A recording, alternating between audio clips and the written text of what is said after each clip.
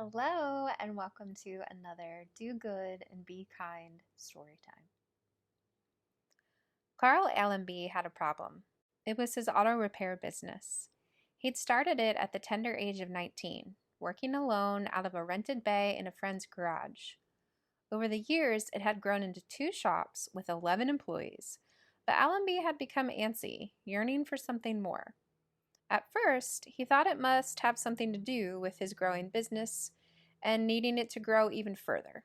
So, at the age of 34, the Beechwood, Ohio resident decided to go for his bachelor's degree in business management. There was a wrinkle, however. After taking classes part time over the next 5 years, Allenby was told he had to take biology to get his degree. The last biology class he had taken was in ninth grade. What do I need to take biology for? Thought Allenby. Turns out it was the best thing that could have ever happened. Biology class rekindled a childhood dream that he had tucked away somewhere deep within himself. After the first day, I remembered this feeling of wanting to be a doctor back when I was younger, Allenby says. I kind of lost that dream somewhere through high school and really through life.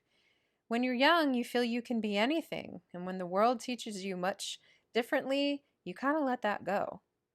Born in East Cleveland, Ohio, Allenby and his 5 siblings were raised by their stay-at-home mother and a father who sold home goods door to door.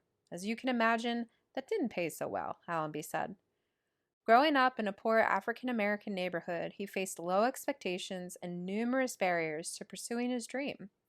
His school didn't offer the advanced science classes that may have led him on the preemed path. Even if it had, doing well in school could prove dangerous. You could get into a lot of trouble just for being the class nerd, Allenby says. There were often times you wouldn't carry your books home due to the threat of being jumped. So he set aside thoughts of becoming a doctor in favor of a more realistic career path, fixing cars. But a different Carl Allenby walked into the biology class that day at age 39. The world may have knocked him once or twice, but it hadn't flattened him. He was ready to live his dream. With the support of his wife and family, he decided to skip business school in favor of the science classes he'd need for a second career as a healthcare worker. Becoming a doctor when he would be approaching the age of 50 seemed insane. He would instead become a nurse, a physician assistant, or a physical therapist like his wife, he reasoned.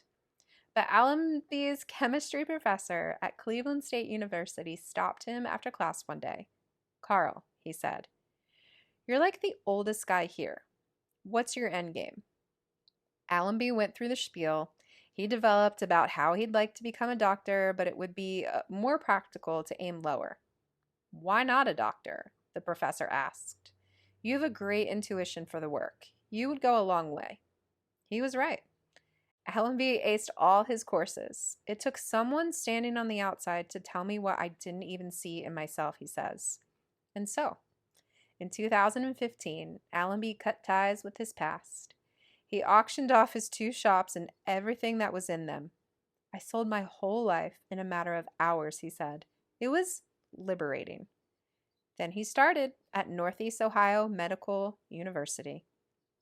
In 2019, at the age of 47, Carl Allenby became Carl Allenby, MD. He took a job in emergency medicine at Cleveland Clinic, Akron General. Now that Allenby is a second-year resident, his fellow residents never let him forget that he is the old man in the room. "Some of my jokes from the 80s don't go over so well," he says, laughing. It's a small price to pay for the life he now gets to lead.